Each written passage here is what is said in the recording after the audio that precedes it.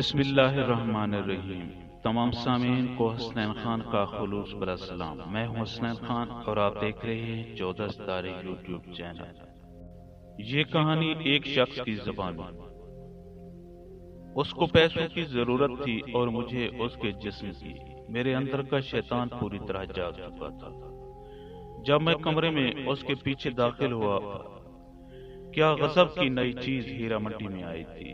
اس کا نام بلبل تھا۔ جب وہ ناچتی اور تھرکتی تھی تو جیسے سب تماشبین محو ہو جاتے۔ روزانہ اس کو ناچتا دیکھ کر میری شیطانی حوث مزید پیاسی ہوتی جا رہی تھی، اور میں نے فیصلہ کر لیا تھا کہ اسے ضرور ملوں گا۔ میں ہر قیمت پر اسے حاصل کرنا چاہتا تھا۔ اس دن مجرا کے دوران وہ بجھی بجھی سی دکھائی دے رہی تھی۔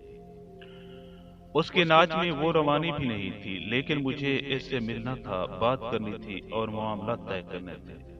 مجرے کے اختتام پہ جب سب تماشبین چلے گئے تو میں بھی اٹھا۔ وہ کوٹھے کی بالکنی میں اپنی نائکا کے ساتھ کسی بات پر الجھ رہی تھی۔ دروازے کے تھوڑا سا قریب ہوا تو میں نے سنا کہ وہ اس سے رو رو کر کچھ مزید رقم کا مطالبہ کر رہی تھی، مگر نائکا اس کو دھتکار رہی تھی، اور آخر غصے میں وہ بلبل کو اگلے دن وقت پہ آنے کا کہہ کر وہاں سے بڑبڑاتی ہوئی نکل گئی۔ بلبل کو پیسوں کی اشد ضرورت ہے، یہ جان کے میرے اندر خوشی کی ایک لہر دوڑ گئی۔ چہرے پہ شیطانی مسکراہٹ پھیل گئی کہ وہ ضرورت پوری کر کے میں اس کے ساتھ جو چاہے کر سکتا ہوں۔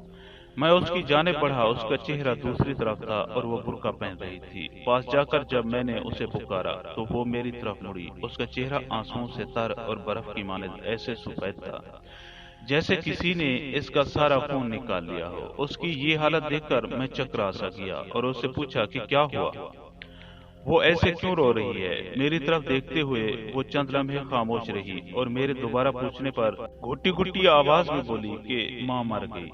کیا؟ جب مجھے اس کی سمجھ نہیں آئی تو وہ بے اختیار روتے ہوئے دوبارہ بولی کہ آج میری ماں مر گئی۔ اس جواب سے جیسے میرے منہ کو تالا لگ گیا۔ میری شیطانی حوث جس کو پورا کرنے کے لیے میں اس کی جانب آیا تھا، مجھ سے میلوں دور بھاگ گئی۔ تو تم یہاں کیا کر رہی ہو؟ میں نے غصے اور حیرت سے اس سے پوچھا۔ کفن دفن کے پیسے نہیں ہیں میرے پاس، اس لیے میں مجرا کرنے آئی تھی، مگر نائکا آج پیسے ہی نہیں دے رہی۔ کہتی ہے کہ بہت مندی ہے، تماشبین کوٹھے پر نہیں آتے، جو آتے ہیں وہ پہلے کی طرح کچھ لٹاتے نہیں۔ وہ کہہ رہی ہے کہ عیدھی والوں سے اپنی ماں کے کفن دفن کا انتظام کروا لو۔ اتنا کہہ کر وہ برقع پہن کر کوٹھے سے باہر نکل آئی۔ میں بھی اس کے پیچھے چل پڑا۔ میں تمہاری ماں کے کفن دفن کا بندوبست کرتا ہوں۔ وہ چند لمحے مجھے مشکوک نظروں سے دیکھتی رہی اور پھر خاموشی سے میرے ساتھ بیٹھ گئی۔ گاڑی ٹیکسالی سے باہر نکالتے ہوئے میں نے بلبل سے اس کے گھر کا پتہ پوچھا۔ وہ علاقہ میرے لیے نیا نہیں تھا، کئی بار میں وہاں سے گزرا ہوا تھا۔ میں نے گاڑی اس طرف موڑ دی۔ سارا راستہ وہ خاموشی سے روتی رہی۔ میرے پاس اس کو تسلی دینے کے لیے الفاظ بھی نہیں تھے۔ کچھ دیر میں ہم بلبل کے گھر پہنچ گئے۔ یہ چھوٹا سا ایک کمرے کا گھر تھا۔ صحن کے بیچ میں چارپائی پر اس کی ماں کی لاش ایک گدلے کمبل میں لپٹی پڑی تھی۔ صحن میں بلب کی پیلی روشنی وہاں بسنے والوں اور گھر کی حالت چیخ چیخ کر عیاں کر رہی تھی۔ چارپائی کے پاس دو بوڑھی عورتیں بیٹھی تھیں۔ ایک کی گود میں 7-8 ماہ کا بڑا گول مٹول اور پیارا سا بچہ کھیل رہا تھا۔ آدھی رات ہونے کو آئی تھی۔ جیسے ہی بلبل گھر میں داخل ہوئی، وہ بوڑھی عورتیں بچہ اسے سونپتے اور دیر آنے کی وجہ سے ناراضگی کا اظہار کرتے ہوئے وہاں سے رخصت ہو گئی۔ بلبل بچے کو لے کر کمرے کی طرف گئی۔ بچہ بہت بے قرار تھا اور پھر وہ اس کی چھاتی سے لپٹ گیا جیسے صبح سے بھوکا ہو۔ کیا یہ بلبل کا بچہ ہے؟ یہ ایک نیا انکشاف تھا کہ بلبل شادی شدہ بھی ہے۔ چند لمحوں بعد وہ کمرے سے باہر آئی، مجھے یوں ہی کھڑا دیکھ کر پھر کمرے میں گئی اور ایک پرانی سی کرسی اٹھا لائی۔ سیٹھ جی معذرت، میرے گھر میں آپ کو بٹھانے کے لیے کوئی چیز نہیں ہے، وہ کرسی رکھتے ہوئے شرمندگی سے بولی۔ میں سر ہلاتے ہوئے اس کرسی پر بیٹھ گیا۔ کچھ سمجھ نہیں آ رہا تھا کہ کہاں سے شروع کروں۔ تمہارا اصل نام کیا ہے بلبل؟ بالآخر میں نے اس سے پوچھا۔ وہ چپ رہی، شاید بتانا نہیں چاہ رہی تھی۔ افشاں، میرے دوبارہ پوچھنے پر اس نے آہستہ سے کہا۔ بہت افسوس ہوا تمہاری ماں کی وفات کا۔ وہ خاموش رہی۔ تمہارا باپ بھائی کوئی ہے؟ اس نے خاموشی سے نہیں میں سر ہلایا۔ یہ بچہ تمہارا ہے؟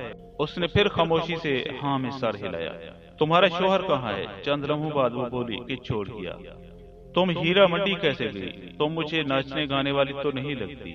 اب وہ نظریں اٹھا کر مجھے دیکھتی ہوئی بولی، سیٹھ جی قسمت وہاں لے گئی، گھر میں کوئی مرد نہیں تھا، ایک بیمار ماں اور بچے کی ذمہ داری تھی، کہیں اور کام نہیں ملا تو نہ چاہتے ہوئے مجبوراً یہ راستہ اختیار کرنا پڑا۔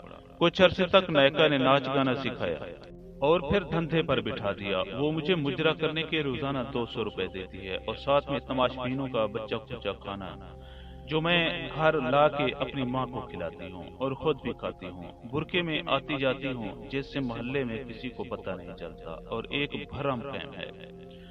سیٹھ جی ایسی کتنی ہی بے سہارا گمنام لڑکیاں معاشی حالات کے ہاتھوں مجبور ہو کر ان کوٹھوں پر ناچنے پر مجبور ہیں۔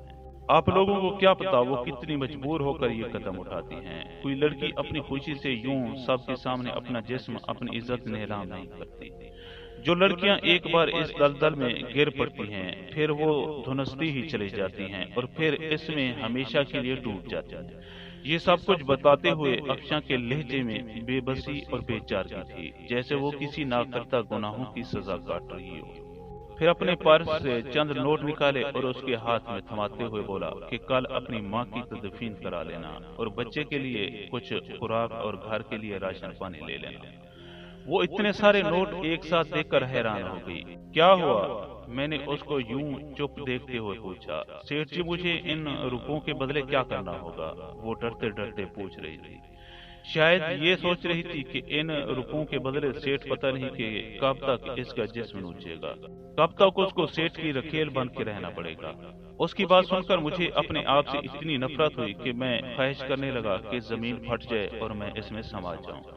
مجھے احساس ہوا کہ میں ذلت اور اپنے کردار کی پستی کی آخری حد کو چھو رہا تھا۔ میں اس بے حس معاشرے میں ایک تنہا اور بے سہارا لڑکی کی مدد کر رہا تھا، مگر وہ اس کو بھی ایک ڈیل کے طور پر سمجھ رہی تھی۔ شاید جہاں سے میں اٹھ کر آیا تھا وہاں پر جانے والے لوگوں سے بغیر کسی وجہ کے مدد کی توقع نہیں کی جاتی۔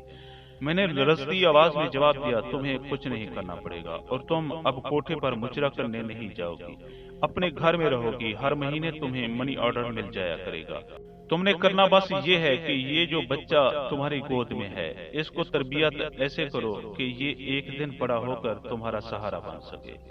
یہ جو رقم میں بھجواؤں گا یہ تم پر قرض ہے، اور جب تمہارا بیٹا جوان ہو جائے گا، ایک قابل انسان بن جائے گا تو تم مجھے واپس کر دینا۔ افشاں حیران و پریشان کھڑی مجھے دیکھ رہی تھی۔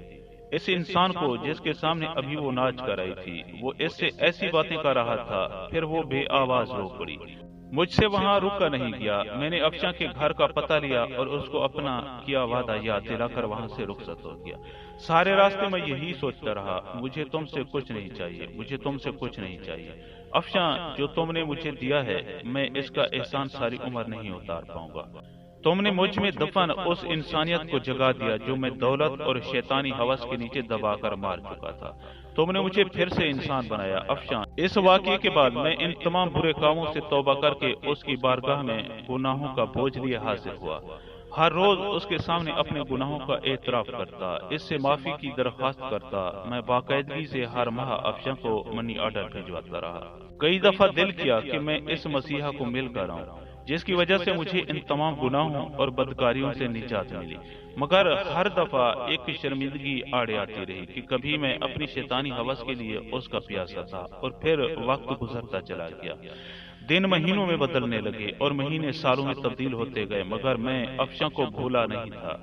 وہ بھی میری طرح بوڑھی ہو گئی ہوگی اور اس کا بیٹا بھی جوان ہو گیا ہوگا، پتہ نہیں کس قابل بنا ہوگا، اپنی ماں کا سہارا بنا ہوگا کہ نہیں۔ میرے بچے جوان ہو گئے تھے، زندگی اتار چڑھاؤ کے ساتھ مسلسل چل رہی تھی۔ ایک شام چھٹی کے دن جب میں اپنے گھر میں موجود تھا تو ملازم نے آ کر مجھے بتایا کہ ایک عورت اور اس کے ساتھ ایک جوان لڑکا آپ سے ملنے آئے ہیں۔ کون ہیں؟ معلوم نہیں صاحب، پہلی بار ان کو دیکھا ہے، ملازم نے مؤدبانہ لہجے میں جواب دیا۔ اچھا، انہیں ڈرائنگ روم میں بٹھاؤ، میں آ رہا ہوں۔